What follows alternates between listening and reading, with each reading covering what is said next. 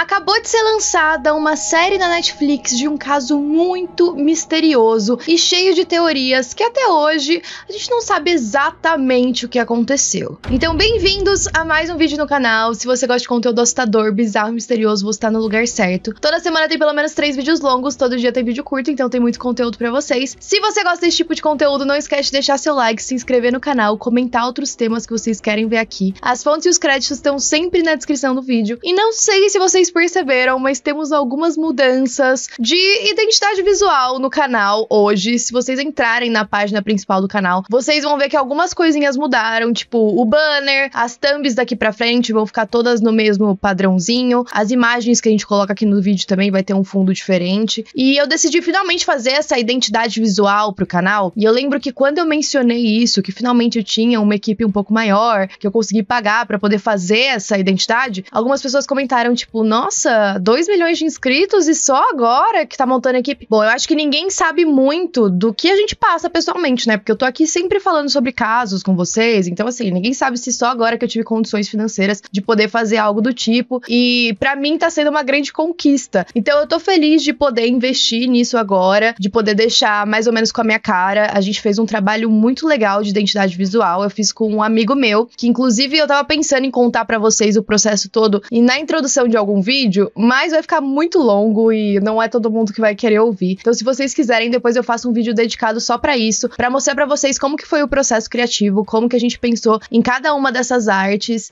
E o Gustavo é incrível, assim, ele fez os desenhos autorais, ele mesmo que desenhou, e ele conseguiu pegar a essência de tudo que eu tava pensando e colocar numa coisa só. Então assim, tô muito feliz de poder ter essa mudança a partir de agora e espero que vocês gostem. Mas sem mais enrolação, bora pra história de hoje.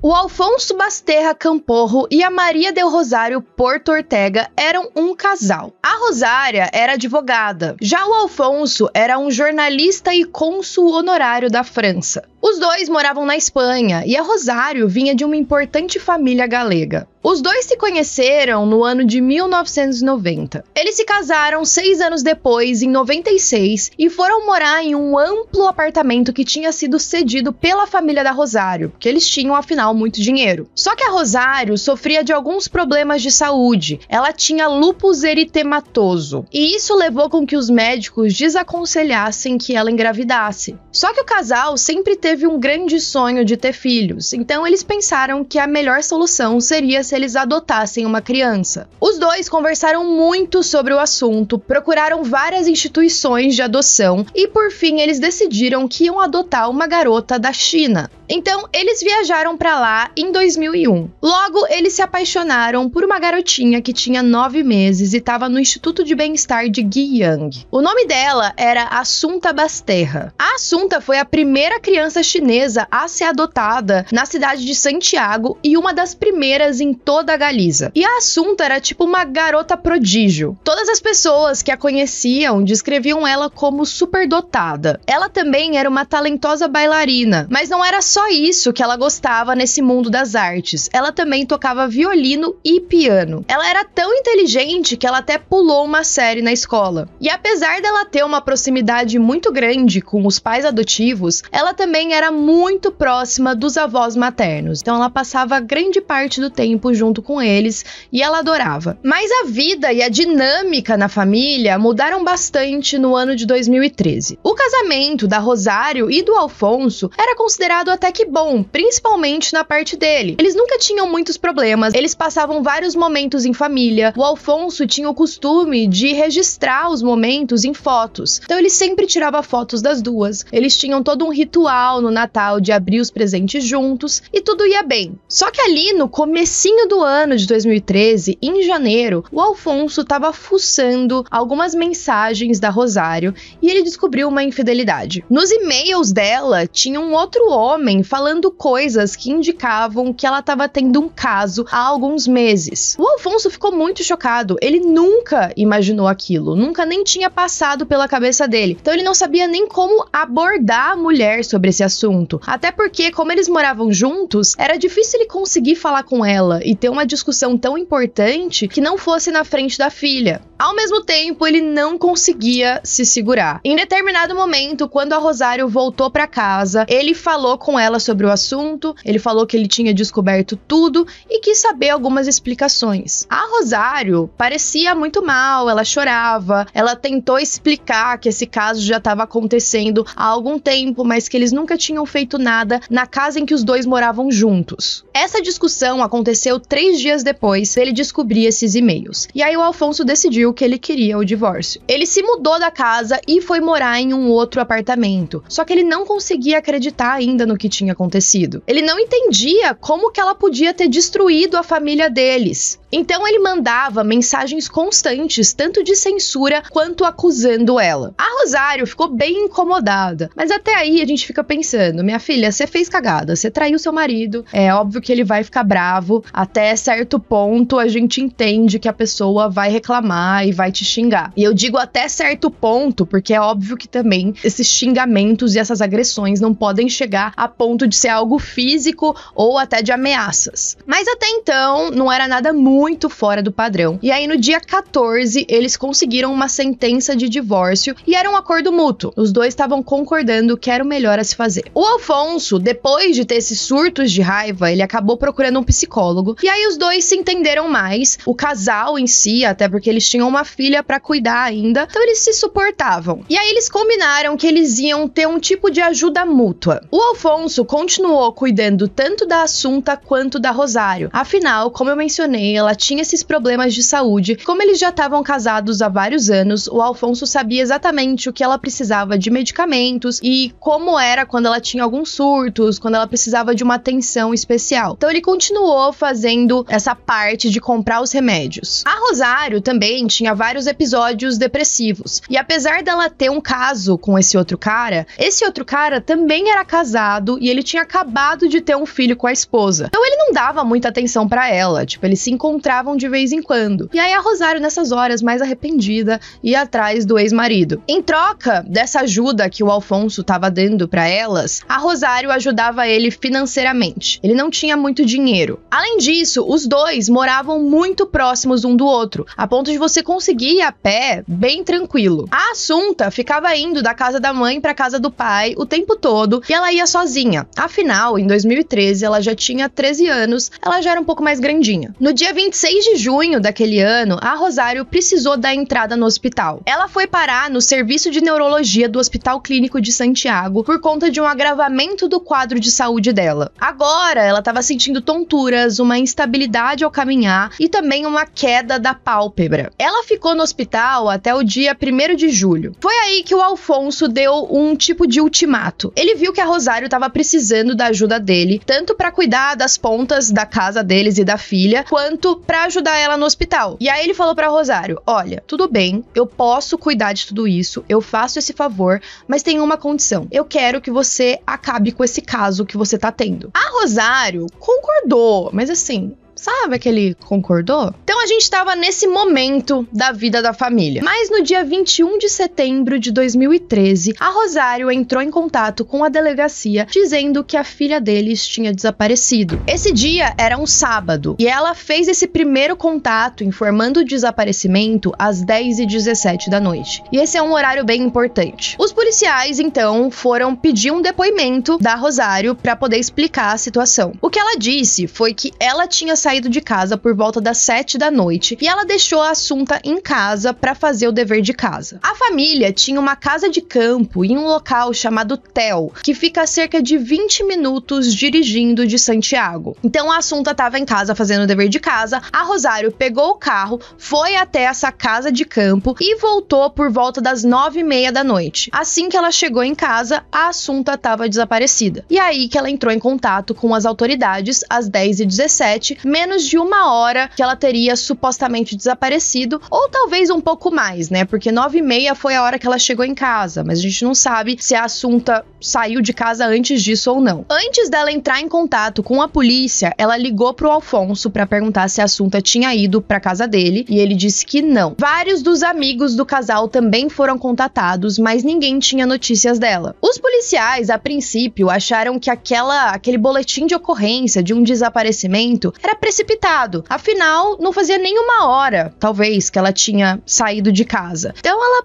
provavelmente ia aparecer. Mas é claro que as horas foram passando e a garota não retornou. Naquele dia, eles tinham almoçado na casa do Alfonso. Quando os policiais começaram a investigar, eles conseguiram capturar algumas imagens de câmeras de segurança que estavam na rua e eles perceberam que às 2 da tarde a Assunta foi vista caminhando até a casa do pai dela. Depois, às 5h21 da tarde, ela aparece de volta, voltando para casa da mãe. A Rosário também foi vista nas câmeras de segurança chegando na casa dela às 5h28, pouco depois que a Assunta chegou em casa. A partir daí, os pais estavam desesperados. A notícia começou a correr pela cidade para ver se alguém sabia do paradeiro da garota. Até então, nada estava sendo encontrado. Então, o único trabalho que eles poderiam fazer agora era analisar as câmeras de segurança das ruas, além daquelas câmeras que eles já tinham olhado e que ficava próxima da casa tanto da mãe quanto do pai. O rumo da investigação mudou um pouco quando eles encontraram imagens de um posto de gasolina. Esse posto fica na rota para a cidade de Tel. O carro da Rosário foi visto sendo abastecido nesse posto, com ela dirigindo, às 6h20 da tarde. Só que no banco do passageiro do carro estava o que parecia ser a Assunta, e isso contradizia o depoimento inicial da Rosário. Ela teria mentido para os policiais nesse primeiro depoimento, alegando que tinha deixado a filha em casa,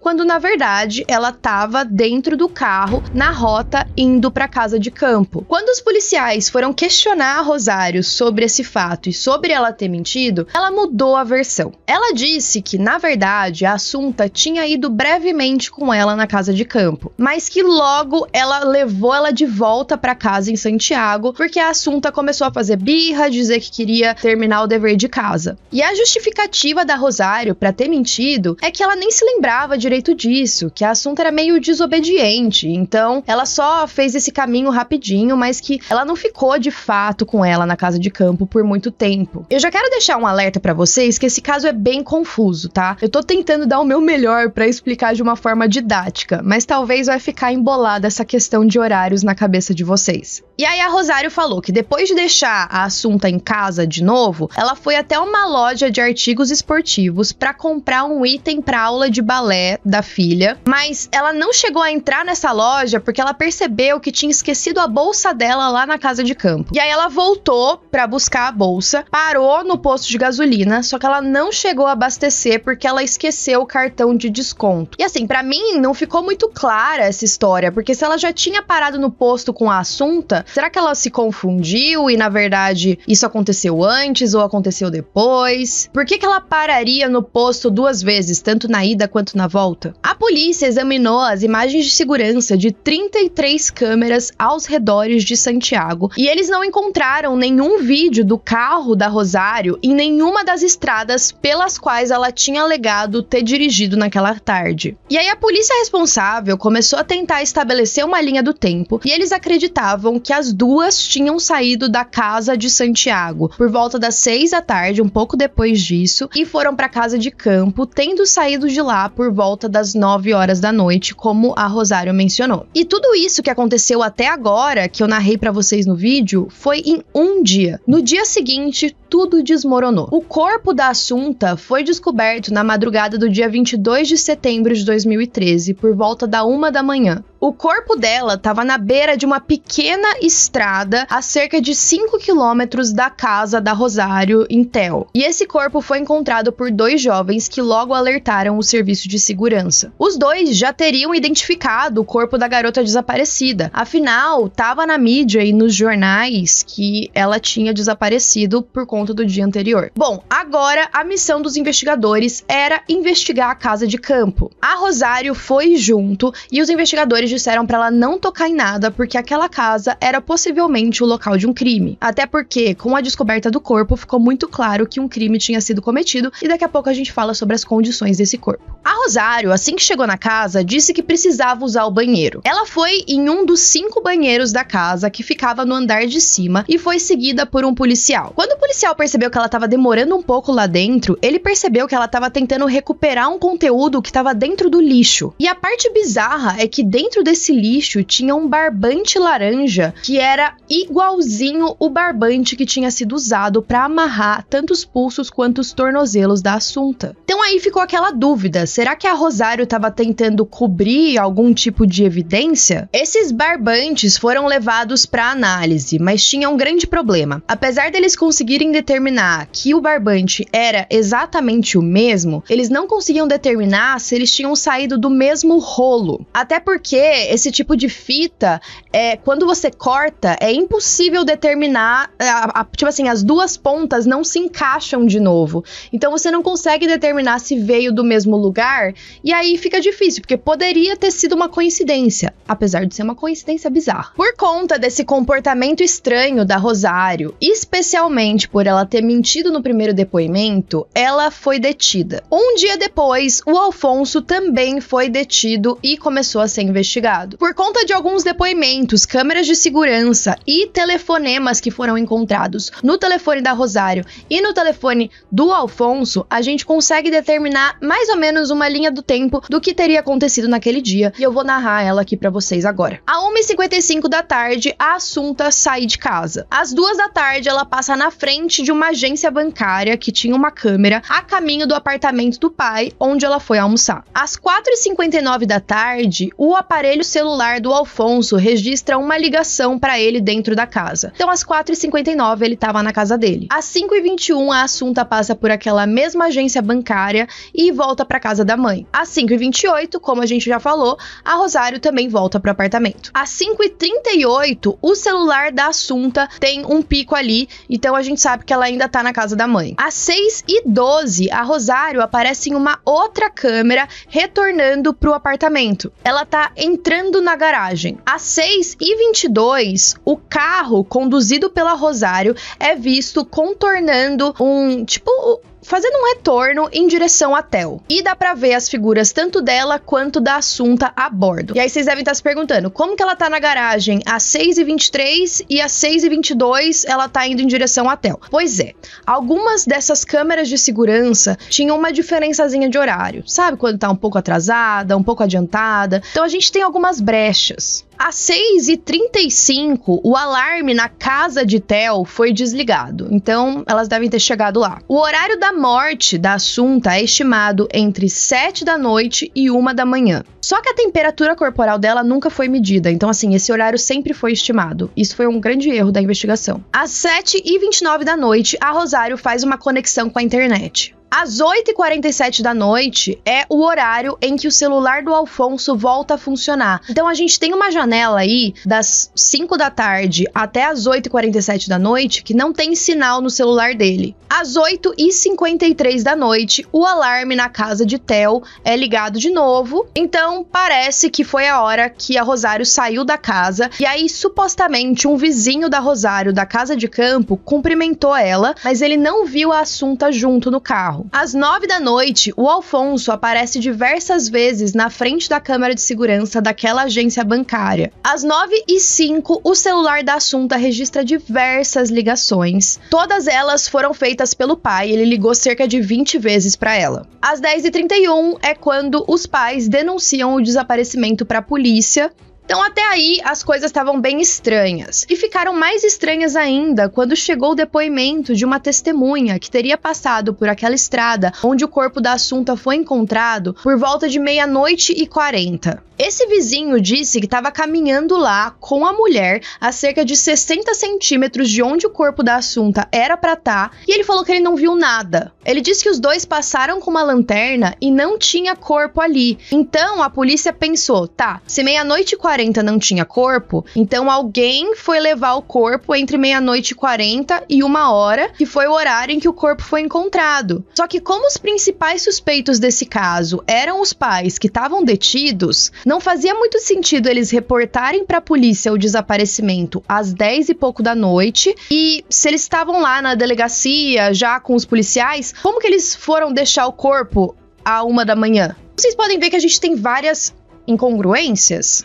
Agora vamos para a análise do corpo. Os investigadores tinham suspeita de agressão sexual, por isso que não foi medida a temperatura corporal, porque eles tinham medo de contaminar alguma evidência. O corpo ficou deitado naquela encosta por quase 4 horas, e depois ficou 12 horas em uma câmara fria. Tudo isso antes de ser retirado o humor vítreo do olho, que também é um procedimento para tentar estimar a hora da morte. Só que isso impediu um cálculo muito rigoroso. A Assunta teria sido morta asfixiada. Ela tinha alguns ferimentos de defesa, mas esses ferimentos indicavam que ela tentou se defender, mas só um pouco. Não muito, ela não conseguiu lutar muito. Com a análise do relatório toxicológico, a gente descobriu que no corpo dela, além de ainda ter comida não digerida no estômago, também tinha o equivalente a 20 comprimidos de lorazepam, que, se tomado em grande quantidade, pode ser um sedativo e pode causar vários efeitos colaterais, como náuseas, tontura. Coincidentemente, esse era o mesmo remédio que o Alfonso comprava para Rosário, que ela precisava para a doença dela. Uma análise do cabelo da Assunta também descobriu que ela tinha consumido altas doses do medicamento 3 meses antes da morte, e isso foi associado com alguns depoimentos que vieram depois que o caso teve grande repercussão na mídia. Algumas pessoas vieram à frente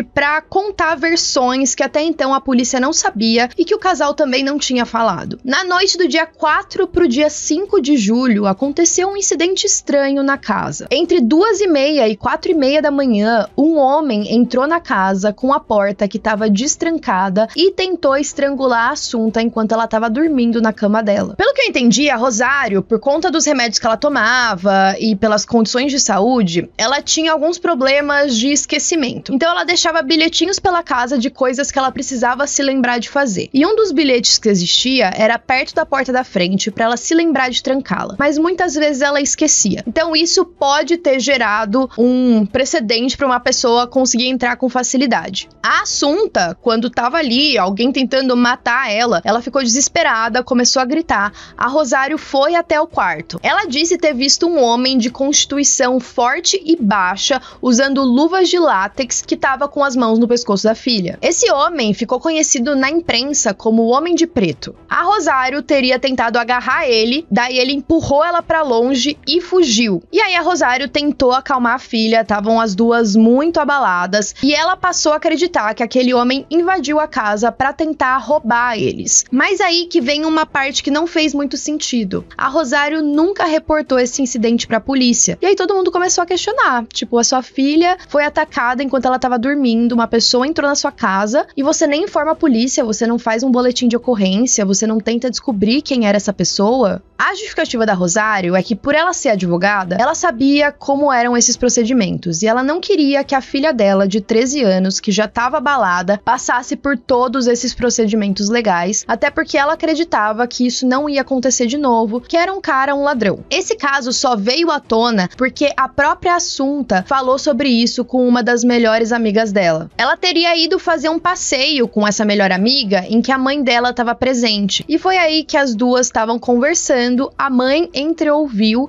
e quis saber mais. Ela ficou tão indignada com a situação que ela ligou para Rosário e pediu para ela denunciar o caso. E aí a Rosário falou, tá bom, vou lá denunciar, não sei o que. A mãe ficou mais tranquila, só que ela nunca denunciou. E é claro que a mãe dessa garota, sabendo que a Assunta foi encontrada morta, foi dar o depoimento para a polícia. Então os investigadores tinham isso, mas não só isso. Nesse mesmo mês, a Assunta estava frequentando as aulas de música. No dia 9, de acordo com a professora dela, o Alfonso levou ela para a aula, só que ela estava com muitos sinais de sonolência e de tontura. E aí, quando a professora perguntou pro pai se ela estava bem, ele só disse que ela tinha recebido um antialérgico para as alergias dela, então isso deixou ela meio sonolenta. Mas a grande questão foi que a Assunta disse que ela não tinha alergias. No dia 22, aconteceu um incidente incidente bem semelhante. Ela não conseguia brincar, estava meio adormecida, ela estava até com problemas para andar, chegando a cair no meio do corredor. Quando a professora questiona a Assunta o que tinha acontecido, ela fala que os pais lhe deram um pó branco de gosto horrível e que tinham deixado ela dormindo por horas. Ela também teria dito que era a mãe dela que a obrigava a tomar esse pó. Então vocês concordam que com todas essas evidências e os depoimentos dessa testemunha, agora a gente passava a morte da garota de um homicídio culposo para um homicídio doloso, além de ser agravado pelo parentesco. Para o promotor do caso, tudo indicava que os pais eram os responsáveis. Chegou até um boato na mídia que um primo da Rosário foi dar uma entrevista falando que a motivação para os assassinatos era uma questão financeira, já que os avós maternos da Assunta tinham falecido e deixado tudo para ela. Só que essa motivação foi descartada porque, apesar dos pais da Rosário terem falecido, eles não deixaram nada para a garota. E aí, no começo de outubro, ainda sem saber muito bem, sem conseguir provar com certeza que os pais eram os assassinos, o laboratório criminal identificou o perfil de um homem, o perfil genético dele. Ele era um jovem colombiano morando em Madrid e tinham 2 manchas do sêmen dele na camiseta da Assunta. Esse mesmo homem já tinha sido acusado de estuprar uma menor na casa dele. Depois ele foi absolvido, mas é claro que ele foi investigado ali com um pé atrás, porque agora ele estava envolvido, tinha um traço genético dele em uma garota menor também. Só que assim,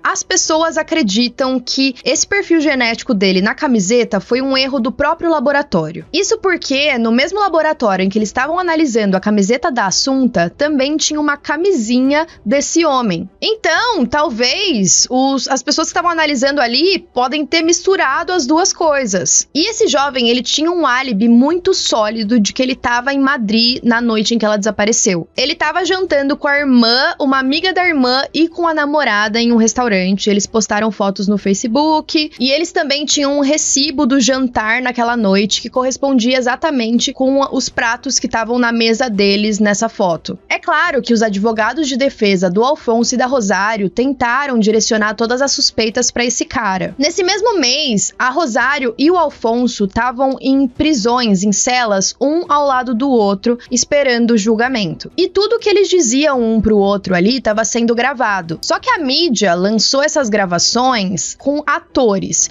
Eles manipularam a conversa dos dois. Eles diziam coisas como: você e seus joguinhos, já teve tempo de se livrar disso? E aí o Alfonso falaria: cala a boca, talvez eles estejam nos ouvindo. Essas frases não aparecem nas transcrições oficiais da polícia. E nenhuma parte da conversa que não foi transcrita é levada em consideração no julgamento. Só que essas afirmações foram aceitas pela população e repetidas durante anos. E aí, no final de dezembro, aparece do nada o laptop do Alfonso dele na casa dele em Santiago. Aquilo foi muito suspeito, afinal, aonde que tava o notebook dele o tempo todo? E foi bem bizarro que tanto o notebook dele quanto um celular tinham aparecido, porque o apartamento já tinha sido revistado minuciosamente diversas vezes. Foi aí que vazou que o Alfonso tinha visitado vários sites pornográficos e destacado, ou seja, ele teria pesquisado, vídeos e imagens pornográficas com mulheres com características asiáticas. Isso gerou vários rumores sobre as tendências sexuais do Alfonso. No relatório da polícia, constou que ele tinha consumido vários tipos de pornografia diferentes, não exclusivamente com mulheres asiáticas, mas é claro que isso despertou ali um alerta vermelho das pessoas, até porque a filha dele adotiva era asiática. Ele também tinha algumas amigas no Facebook que eram asiáticas e que compartilhavam fotos delas em poses eróticas. Só que nenhuma dessas fotos apareceu ali no feed do Alfonso, apesar dele ter elas como amigas. E aí os advogados de defesa simplesmente falaram: gente, todo mundo assim consome pornografia, não tem como você considerar ele culpado só porque tinha isso no computador dele, não tinha nada que indicasse algo de menor ou algo com a filha. Então agora, o que a gente tinha? Entre os dois, entre o Alfonso e a Rosário, quem parecia mais culpada na história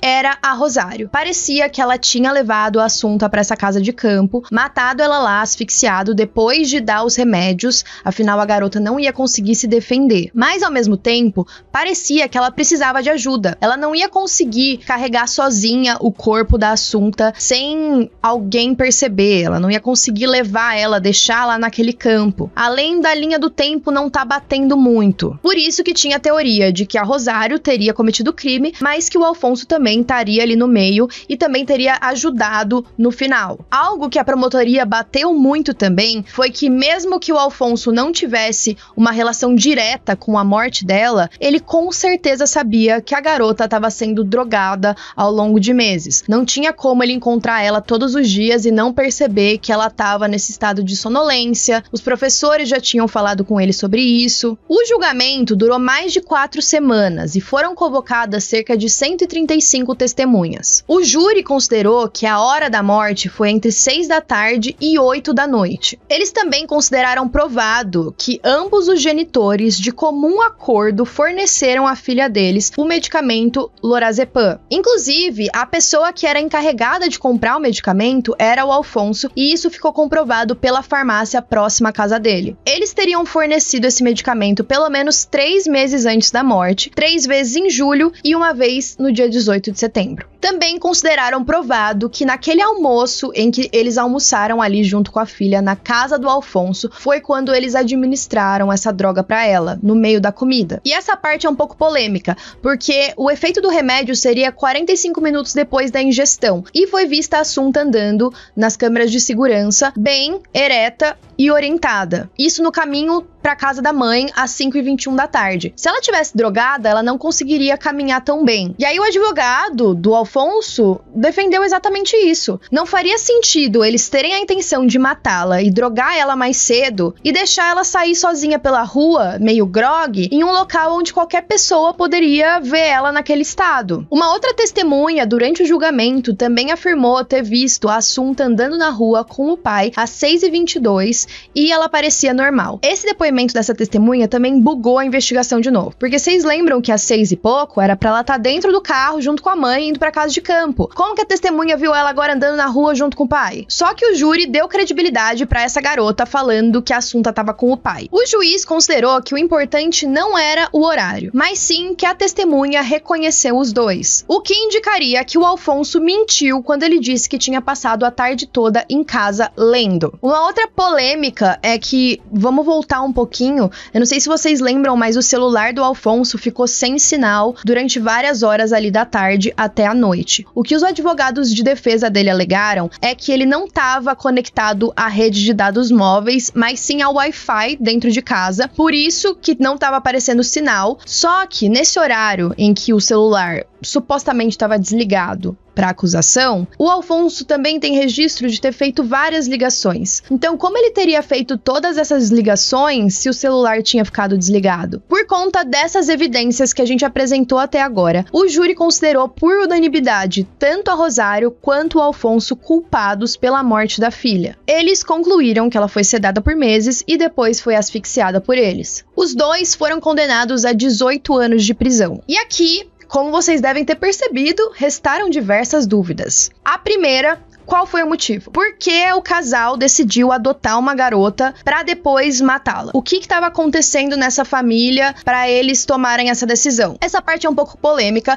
Eu assisti alguns vídeos de criminólogos que dão a sua opinião sobre o caso, e eles dizem que muitas vezes as famílias não são o mar de rosas que a gente imagina. Todo mundo aqui deve saber e deve ter tido experiências com isso. A gente nunca sabe o que realmente está acontecendo dentro da casa de uma família. Pode ser que a Rosário estava ali com os problemas dela, ela tinha a doença dela, ela tinha depressão também, ela estava tendo um caso, acabou de se divorciando, talvez ela quisesse descontar aquele sentimento todo na filha. O Alfonso também pode ter criado algum tipo de ressentimento pela filha dos dois, depois que descobriu que a ex-esposa estava traindo ele. Pode ser que eles tomaram essa decisão em um momento ali de raiva, pode ser que não foi super premeditado, apesar de já ter esse histórico deles estarem drogando ela algum tempo antes. O motivo a gente nunca vai saber. Além, é claro, das hipóteses que a gente tem aqui e de coisas que a gente pode tentar deduzir. A gente tem algumas teorias. Se vocês assistiram a série da Netflix, eu não sei vocês, mas na minha opinião, ela deixou várias interpretações em aberto. Na série, eles deixam em aberto que talvez a Rosário tenha cometido crime e o Alfonso estava protegendo ela. Então, assim, talvez ela fez alguma cagada, acabou matando a menina, teve um surto ali, e aí o Alfonso foi lá ajudar e tentar fazer aquilo parecer como se fosse um acidente. Uma outra teoria que apareceu e que eu achei bem interessante é que talvez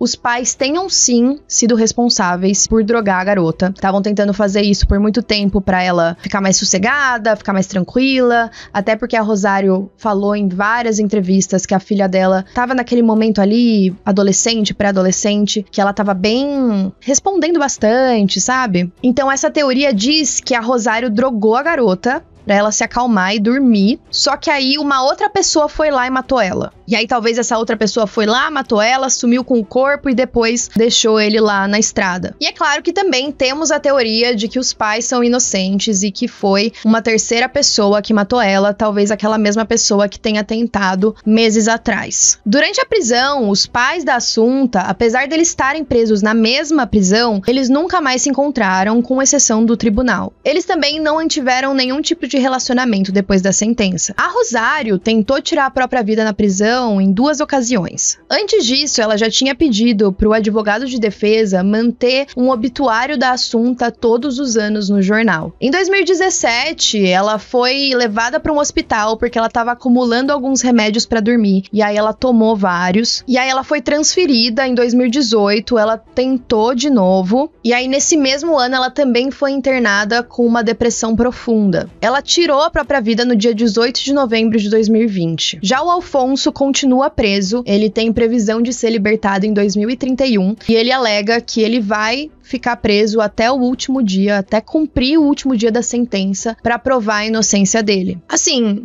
eu acho esse caso bem polêmico. Eu acho que a série também me deixou um pouco confusa. Se vocês olharem a série e os vídeos originais que tem do julgamento, vocês vão perceber que eles são extremamente parecidos. Eles escolheram atores parecidos. Lembrou bastante da série do Dahmer também, que tem vários paralelos, né? Quase tudo igual à realidade. Então, eles deram uma dramatizada pra conseguir fazer esse roteiro de uma série, mas ao mesmo tempo tem coisas muito reais. E aí a gente fica questionando por que uma mãe mataria a filha, e aí a Rosário chora várias vezes, e você fica pensando, meu, será que ela fez isso mesmo? Será? Não sei. Eu não tô passando pano pra ninguém. Eu, assim, tô com o judiciário. Se eles definiram que os pais foram os responsáveis, eles foram os responsáveis e eles vão ter que pagar. Mas ao mesmo tempo fica aquela pulga atrás da orelha, por a gente não ter tantas evidências, assim, muito concretas, não ter um motivo, não ter uma confissão, a gente sempre fica meio perdido. Mas eu quero saber a opinião de vocês. Comentem o que vocês acham, se vocês assistiram a série, se vocês tiveram essa mesma impressão que eu. E até a próxima.